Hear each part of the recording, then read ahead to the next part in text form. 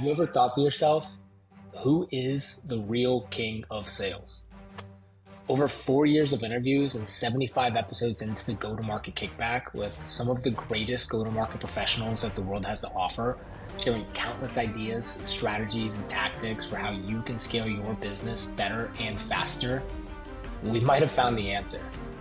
Jeffrey Gitomer, author of numerous New York Times bestsellers, Hall of Fame national public speaker, host of the Sell or Die podcast with over 3 million downloads, and America's #1 sales authority. Jeffrey has spent the last several decades of his life helping literally millions of sales professionals refine their selling strategies, learn to build meaningful relationships at levels that they've never done before, and truly unleash their superior potential in our profession. All guided by his overarching philosophy: people don't like to be sold, but they love to buy. And this is the Jeffrey Gitomer interview.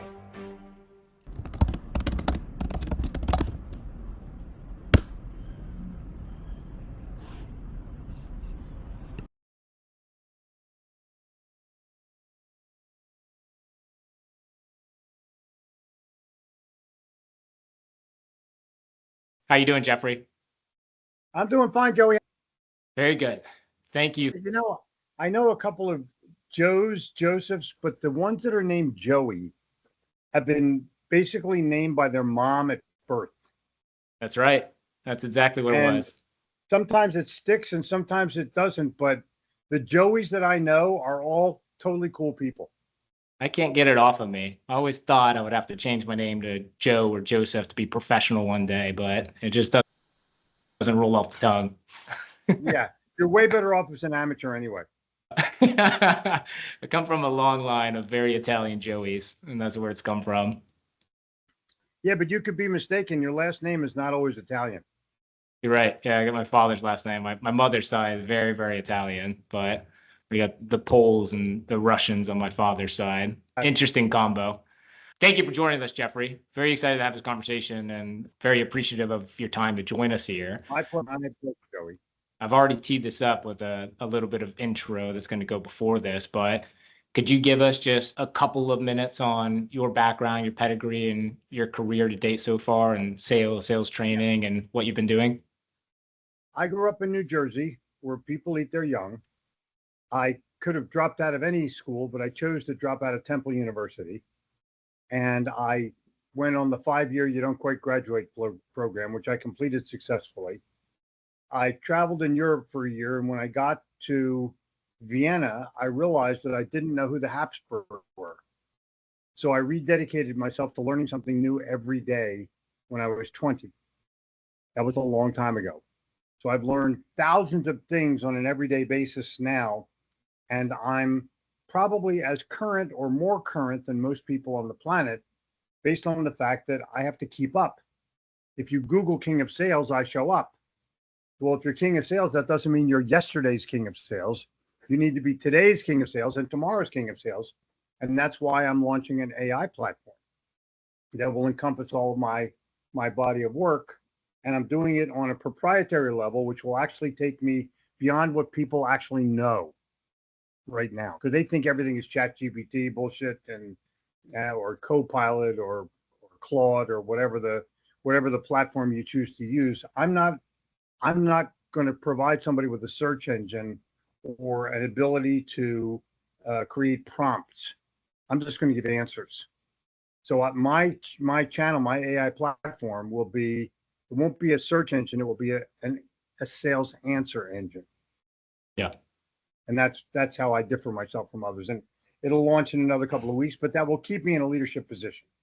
Oh, and I have 4 daughters, 4 granddaughters, a great granddaughter, and another one on the way. Yeah. That's my CV.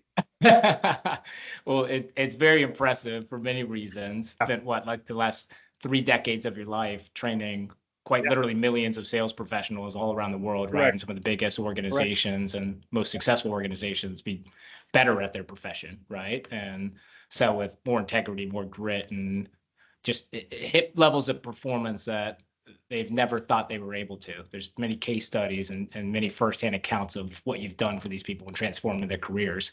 Can you take me back to how you got into sales and then why you made that transition into Sure. helping other people?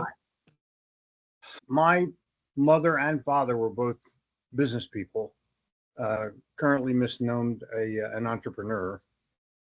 To me, an entrepreneur is somebody that buys a franchise and their mom was a teacher and their dad worked for General Electric.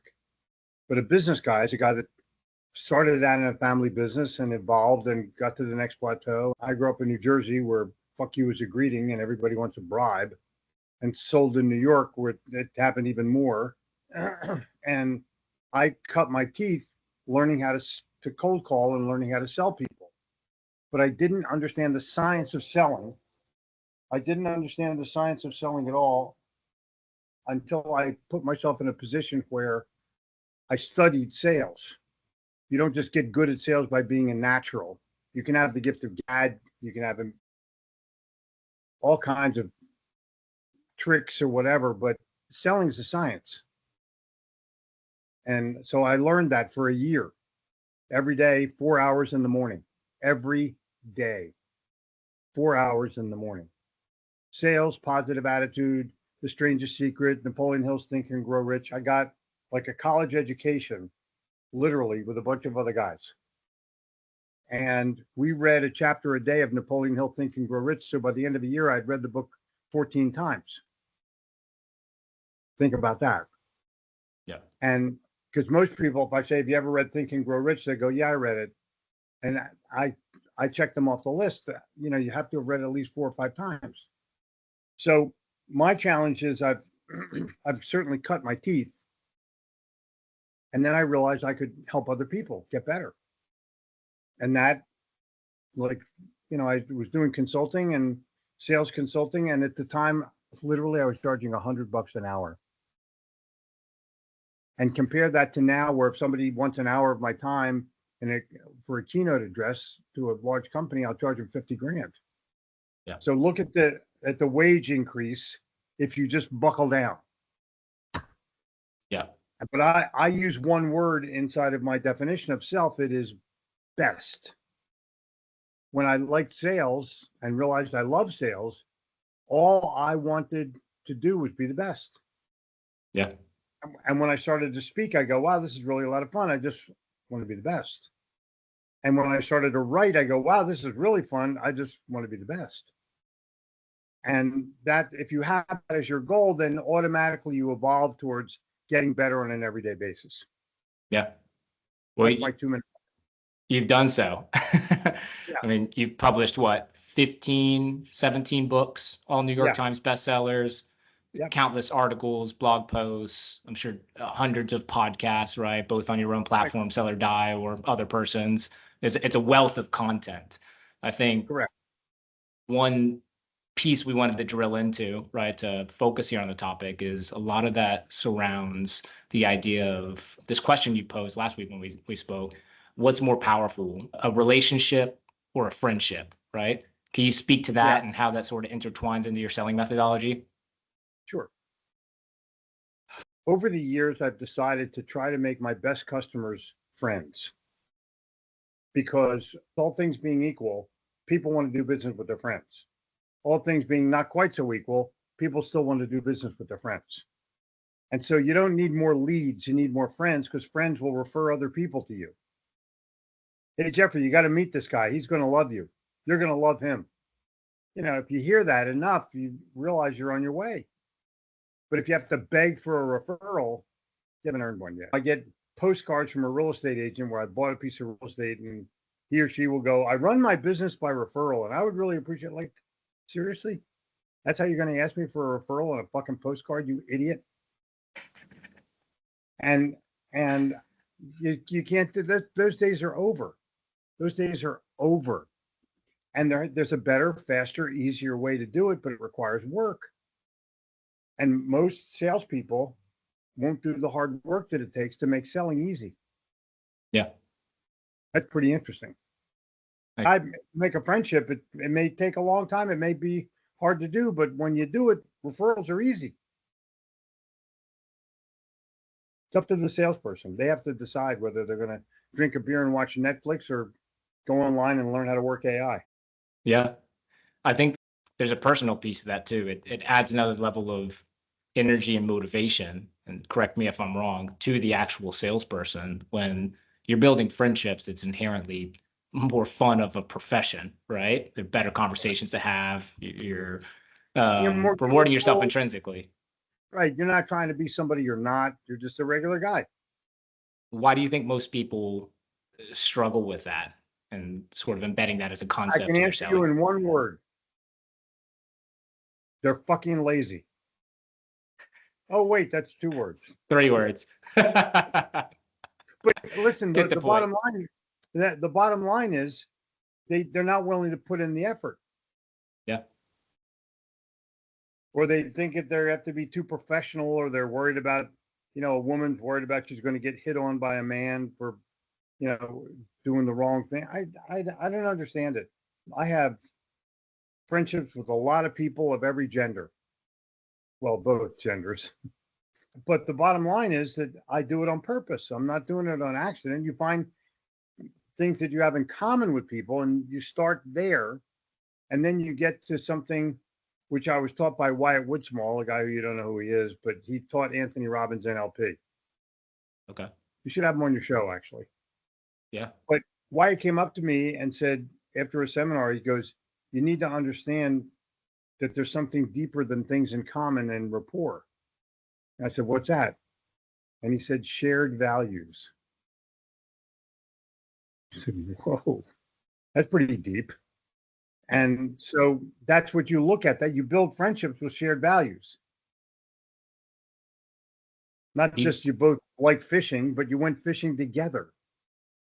do you find that conflicting at all with the idea that sales is science? And when you say science, people think hyper processed, methodical, numbers Yeah. in equal numbers out. Yeah. Actually, it's a science, but science can be both personal and professional. The science of making a friend. There's the science of sharing values, the science of doing anything emotional. Yes, there's a formula. Yes, it's written down. Yes, it's repeatable. But the other side of it is how you attract, how you compel other people to listen. It's a science. Yeah. You've culminated decades of content that you've written, right? That's helped these Yeah. millions of people into this very modern tool. What would we call it? A digital AI clone of Jeffrey Gitomer It is. that people can Yeah, access. it's so interesting. I have about 1,500 videos. They're all in my AI pool, along with books and ebooks and blog posts and everything. But it has my voice. But Yeah. the voice is a clone of my voice from computer. It's just, Joey, it's scary. In a good way, I hope. I listen to myself. It's like, oh my God. I just can't believe it. But it's cool. And it works. Tell me the process of I where don't this know. idea incepted from. Well, Give an AI idea. came from, I got it by exposing myself and realizing if I'm going to maintain a leadership position, I have to have a presence. Yep. And like anybody else, I started out with the wrong idea, and I went through a couple of things. I finally found a guy literally on accident, because I was friends with the guy who was friends with the guy who created the platform company that had originally written Alexa and sold it to Amazon. So Yeah. he's a pretty wealthy guy, and he founded this AI platform, and it's now worth billions. But it's all proprietary. Nothing is open. So if you put your book on ChatGPT to create more people to find you, you're an idiot, because you lose all your copyright. They're not going to acknowledge you at all. They're not going to say this was said by so-and-so on page so-and-so. But on mine, that's all you get. Like, they will not guarantee anything to be accurate. I will totally guarantee everything to be accurate and authentic. And in your voice, and things And you in would realistically say. Yep, in any language.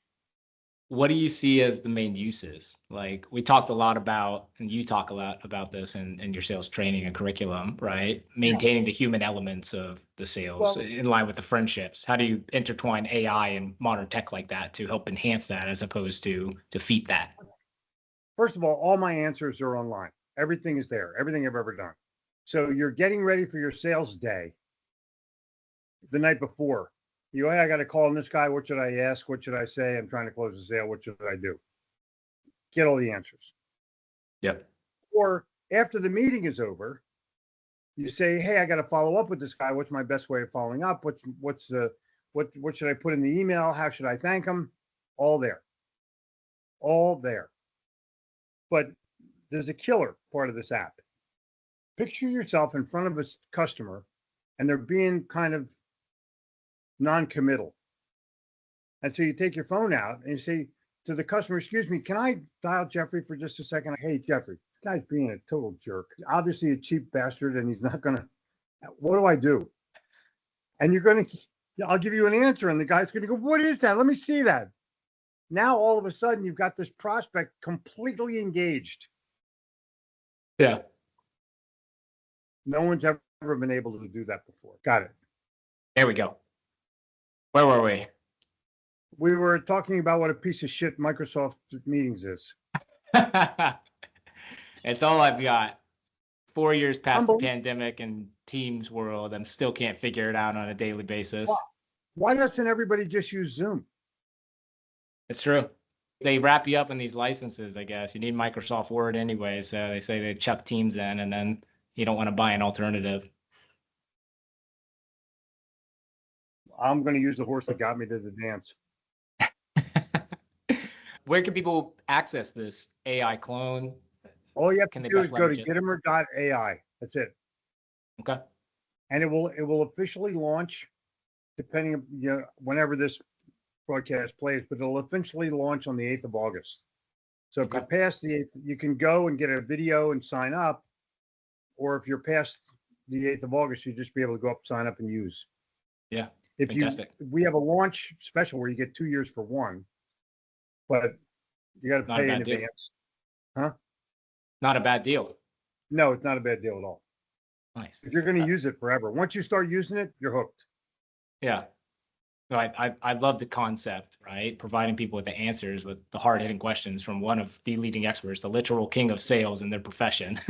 Like, why would you not? Right. I'm in your pocket. I'm literally in your pocket. You'd have to be an idiot. But I'm going to have fun at this. I'm going to sell it all over the world because it'll answer you in any language. And, I'm just going to hang here in Charlotte and make it better every day. And if you pay for the year, you can come to my training sessions where I'm training my AI. What does this look like? It'll look like this. I'll be sitting here online and talking about insurance sales or real estate sales or whatever. And people are going to be on and they're going to be asking, hey, Jeffrey, talk about this. Okay. So I record something about that and then I upload it to my channel. Yeah, incredible. Let's dive into our third and kind of final topic here. It's centric to my life in executive search, but maybe a bit more preliminary to people's early stage sales careers. It's an interesting world out there right now. I got into the recruitment world, which I liken to a sales job, right? Because I wanted to talk to people for a living, I told you when we first talked, you have two customers. Yeah. One's a guy you're recruiting and one's a guy you're trying to place to. Yes, sir. Yeah. And they can choose to stop at any time that they want. Oh, yeah. Or show up or not show up. You made some interesting comments about interviewing for sales careers, right? At any level, really, right? But maybe primarily focus on early stage first-time sales professions, right? What's the best opening question that you can ask in an interview? Well, for me and you, I want to know somebody as a human being. I don't care about their job skills. They can learn the job skill. I want to know who I'm dealing with as a positive person. Yeah. So I'm going to ask you an emotional question. And the emotional question I ask most of the time is, where did you grow up? Not where are you from? Because that can give you a city answer. I want to know where you grew up, and that's going to make you think about your home or your siblings or your parents. And you get that emotional thing of what it was like in your backyard, riding your bike, taking a walk, going to school, that kind of thing. So I want to get you emotionally engaged or involved with me. And maybe I know something about it. So when I knew you grew up north of Orlando and I lived in Lake County, we had something to talk about. Yeah. We know we have both been on Highway 441 a million times. Yeah. And I got caught one time speeding in Lady Lake, which is just north of Leesburg. The highway patrol, they don't play around down there. I got out the first time I got stopped there. I said to the officer, I said, "Hey, give me 2 tickets." He goes, "What do you mean?" I said, "One for speeding, one for stupidity," because I knew you were there. And he just laughed and let me off. I'm going to try that one next time. Hopefully I have the same luck. But, this is, when you live in Florida, it's a whole lesson in life. I can tell you that. Because you get a tourist is going to be there for 3 days to take their kids to Disney, or somebody that lives in the middle of the state and they have an orange grove, if they're still there. Yeah. And that's how they live their life. You get a whole cross section of human beings. Yeah, it's very diverse. It's a great place to grow up. Yep, no argument. How do you go about? I start that conversation by trying to find something in common. Joey, I've traveled 3 million miles. I've pretty much been every place. Yeah. So you're not going to ask me, you're not going to give me something that I won't have something to talk about. And I want to make a personal conversation as much as I possibly can. If I can do that, I can win. If I can't do that, I can't win. Yeah. So I want to find out about your business, about your job. I want you to talk to me personally about what you like to do, where you like to go, who your favorite sports teams are. I want to engage you. Then I can kind of segue into business by saying, how have you successfully used? And then I'd say my copier, life insurance, finding other people. So how have you successfully used? That's going to draw out their emotion yet again. A lot of it seems to span around emotions, right? Creating real core personal attachments to the conversation. The sale is made emotionally and then justified logically. I like that. I love that car. How much are the payments? I love that house. What's the mortgage? Yeah. You love it first, and then you figure out what it costs second. Let me talk about this for a moment. You've worked with so many different types of organizations, large, small, diversity of industries, different regions, different sales cycles, different products to overwhelming degree, right? Yep. How does someone in a very generic sense, right, pick the right sales organization to join, right? If they have the right things down and have downloaded the digital AI clone of Jeffrey Gitomer and taken all your proven advice, how do they make sure their efforts are being put on the right boat? 4 words. Do what you love. Yeah. Otherwise, you're faking it. Otherwise, you're doing it for money. And when you do shit for money, you'll always end up mediocre. Yeah. When you do what you love, you play for free. Bryce Harper, one of the greatest baseball players who ever lived, would do it for free. Yeah. And he plays with his heart, not just with his skills. And he's embraced by people in Philadelphia, arguably the toughest people to get to embrace you in the world. Yeah. But it's 4 words. Do what you love. Yeah. If you do that, you're going to win. If you don't do that, you're never going to win. Yeah. You're going to be faking it. You're going to be doing it for the money. I know we're almost done here, Jeffrey. I'm going to let you get to your afternoons. Thanks for taking a couple minutes. No, my pleasure. Hold on. Let me see if this lights up and you can see it. I have this neon sign. Who the hell is it? Can you see it? There it is. Do what you love. Right. I like that. But I put it up as a reminder, not just to my customers, but to me. Like, I get to do what I love every day. Yeah. Yeah, lucky I am for that. I mean, salespeople like idiots say, what keeps you up at night? I want to know what gets you out of bed in the morning. Yeah, Way more important. I agree.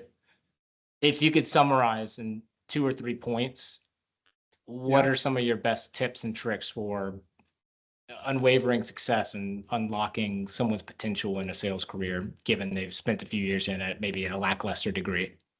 Were you a Boy Scout? I was a Cub Scout for about 2 months. I Yeah. wasn't cut out for it. Do you know what the motto of Boy Scouts is? I can't recall. Be prepared. Yeah. Been that way for 100 years. Same with salespeople. If you're not prepared, you're going to lose to somebody who is. Number 2, don't ask dumbass questions. Number 3, don't bring your slides, bring an idea. Bob, I got 27 slides. I'm going to bore the shit out of you. Do you have a half an hour you can share with me? No. Bob, I have an idea that I think you can turn into money. And all I'm asking is if you like it, you run with it. Fair enough? Yeah. It's hard to say no. Exactly. Impossible to say no. And you don't need to close the sale. You need to earn the sale. You do that, you win. So I ask, I don't tell.